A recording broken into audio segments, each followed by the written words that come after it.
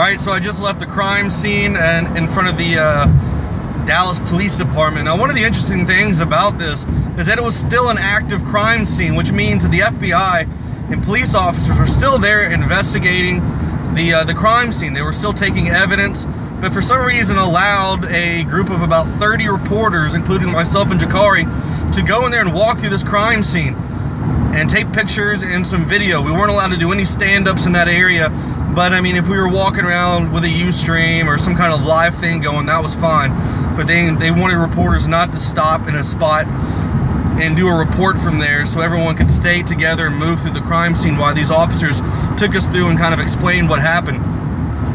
Now, apparently this guy pulled up in front of the police department in a armored van. Now, the reports earlier were that maybe he fashioned this vehicle and armored himself, but it seems like this was an armored vehicle that he purchased that was already set up that way with the holes in the side for a gun to point out and shoot.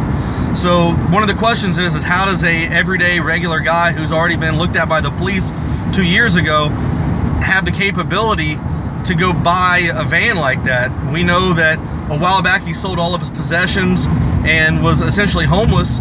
He was sleeping over at friends' houses, and the fact that his dad had seen him the night before, he didn't pick up on anything, but he did notice a van, and that other friends in the past did not pick up on this. It's kind of weird. And also the fact that they're letting us walk through an active crime scene. I just think that's really weird that we were able to go through that. Usually after something like that's been cleared, I mean, there were still evidence tape down, markings where there were shells, shrapnel from the pipe bomb, glass everywhere from where the police car was shot up.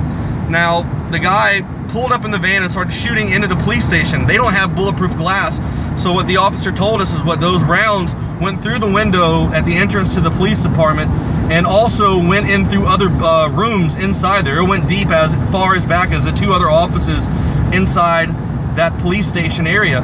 And also, the man was firing into that building.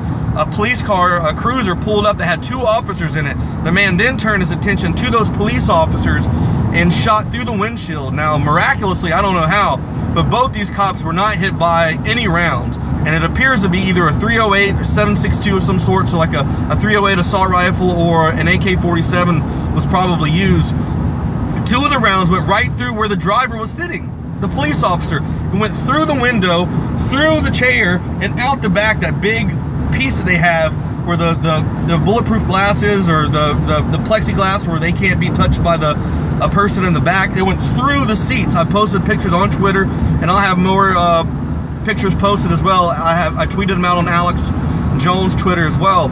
I mean, that's just an all-out miracle how there were somehow 2 cops in that car and they did not get killed. There was no blood in there, but they said there were 2 cops in there. I don't know how they dodged that. That is just beyond me.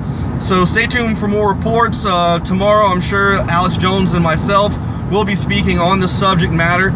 Make sure you're going to the Alex Jones Twitter. It's the Real Alex Jones. Also, the Alex Jones channel on YouTube. We have over 1 million subscribers. Make sure you're purchasing our products. That's how we are able to fund and go on these trips and go do this stuff. So once again, thank you. I'm Joe Biggs with Infowars.com.